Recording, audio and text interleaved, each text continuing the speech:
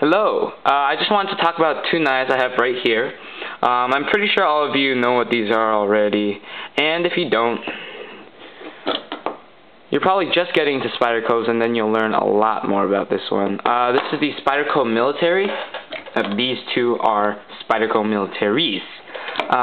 The first one here you got is a pretty exotic one. This one is a carbon fiber military with BG42 steel. And the other one here was the recent so-called sprint run, but it wasn't really a sprint run. They just made it like sort of a limited production model. And this one's the orange G10 military. These are, you know, probably some of the most popular Spyderco knives out there. And if you're into bigger knives and you want to try out Spyderco, I would definitely advise trying these two because they're really representative of how good Spyderco is. So some quick specs. Your overall length open is 9.5 inches, which means this is a big knife. Blade length is 4. 4 is really big already, even in a normal folder, but I like to carry, you know, 3-inch folders. And then once you get to 4 inches, it's actually a big difference. Like, it doesn't sound that way on paper, but it definitely is much more noticeable. You have a blade length of 4 inches. Your weight is 4.2 ounces, and I don't know if that's different for this carbon fiber model. Length closed is 5.5 inches. And yeah, that's about it. All the militaries you can get right now are G10 handles. Now, the standard one would be black, obviously, but there have also been other sprint runs, including the titanium military, which came out recently. You got the carbon fiber military with, this one's in BG42, but they also had them in S30V and S90V runs. And there's also one green G10 military with a CPM D2. So anyway, when you look at these knives are both liner locks.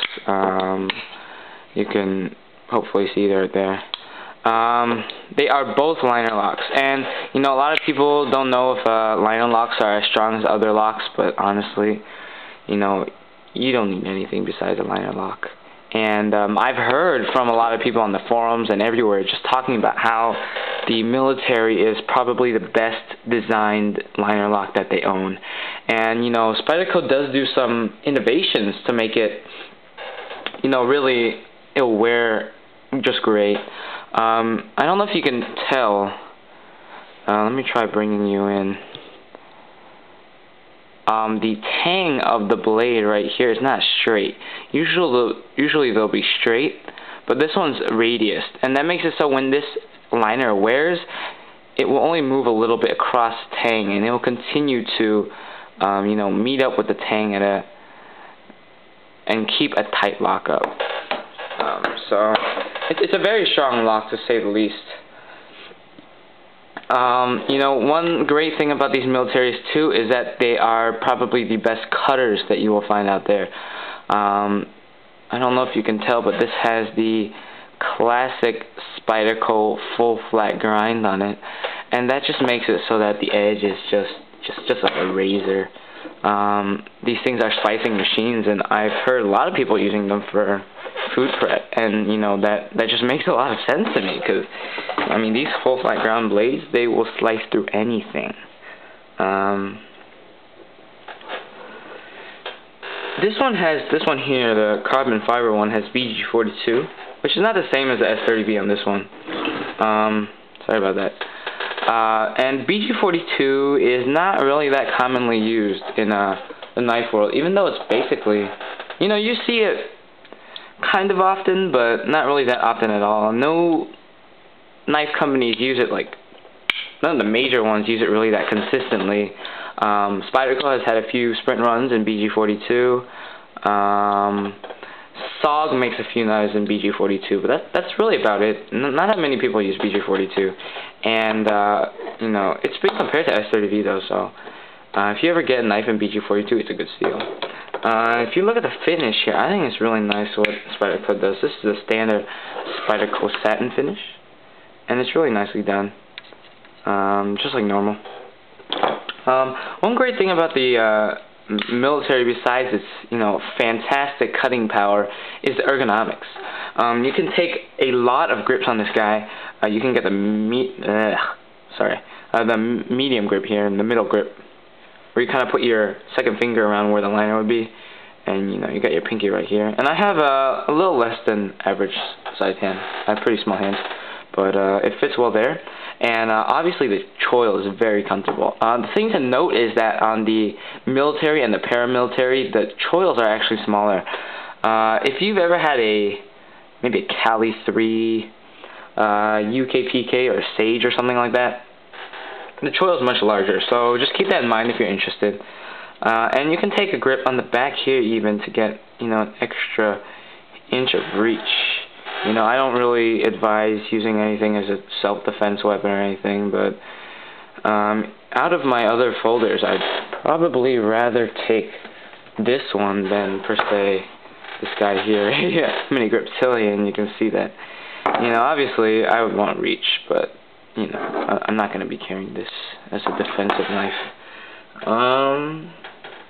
The G10 that Spyderco uses is really good. The texture is really nice. It's smooth, but it's actually grippy at the same time. I don't know how to describe it. You have to get in your hand, and they machine it very well. The thing about the orange G10 is that it gets dirty pretty quickly, so you'll have to, maintain it for a while. And interestingly enough, the texture on the carbon fiber one is very nice as well. It just works. You can see the military only has a clip on the pivot. There's no tip up, and obviously that's been a source of debate for a long time. They've been telling Spyderco, a lot of people have been asking Spyderco for a tip up version, and I think that may come with the paramilitary too, but I don't see it happening to the military anytime soon. I decided to take off the clip on this one because, whenever I'm going to be using this knife, I'm not going to be clipping it. I'll just be using it by itself, and it makes it a lot more comfortable once you take off the clip, honestly. When I got this one of the reasons why I got this one is because it had a little bit of custom work done to it. You can see the back spacer here on this one is a, sort of a plastic. I don't know if that's G10, but it's a back spacer right there. It's a solid back spacer. And this one has had the back spacer removed, actually, and has had pillars added to it, which is, pretty cool. It makes it a little more flow through, just adds that little bit of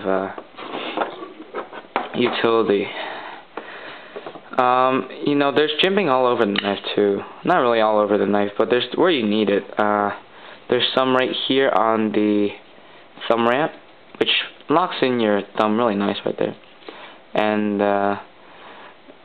locks in your finger in the choil because there's jimping on the choil. One thing when you talk about Spyderco's, aesthetics are a really debatable point, and I personally think this is a phenomenal looking knife. I love that blade shape, the flat on the top and that long curve. The handle shape is pretty appealing to me too, and Spyderco is just great at combining ergonomics, cutting power, and looks, honestly, in my opinion. Now, I understand not everybody might agree with me there, but the Spyderco military is a fantastic knife, and I would advise getting it if you're looking for a, sort of a bigger work knife for cutting. Okay, this is not a knife for prying, but if you're looking for a knife that's good for cutting, is a big knife, and you want something that really shows Spyderco's, really good workmanship, I would advise the Spyderco military. I'll be posting up some other reviews today, hopefully. Thanks for watching. Bye.